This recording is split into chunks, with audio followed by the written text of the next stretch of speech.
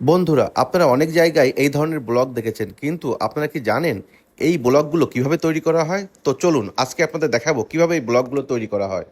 বাগেরহাটের রহিমাবাদের ভাঙ্গর নামক স্থানের এই ব্লগ তৈরির কারখানাটির দেখা পেলাম। তো চলুন আজকে ভিতরে যে দেখব কিভাবে এই ব্লগগুলো তৈরি করা হয়।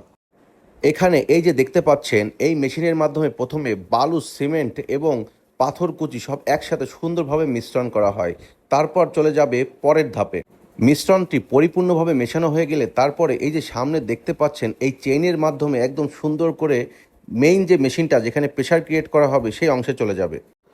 এই যে মেশিনটা দেখতে পাচ্ছেন, এই মেশিনের মাধ্যমে উচ্চ চাপে এর একটা ফর্মা তৈরি করা থাকে। সেই ফর্মা অনুযায়ী একদম সুন্দরভাবে ছাঁচের মাধ্যমে এই দেখুন কত সুন্দর একটা আকৃতির তৈরি হয়ে গেছে। এইভাবে এই আকৃতিটা তৈরি হয়ে গেলে এইভাবে সুন্দর করে সাজিয়ে রাখা হয়। দেখুন কত সুন্দর লাগতেছে।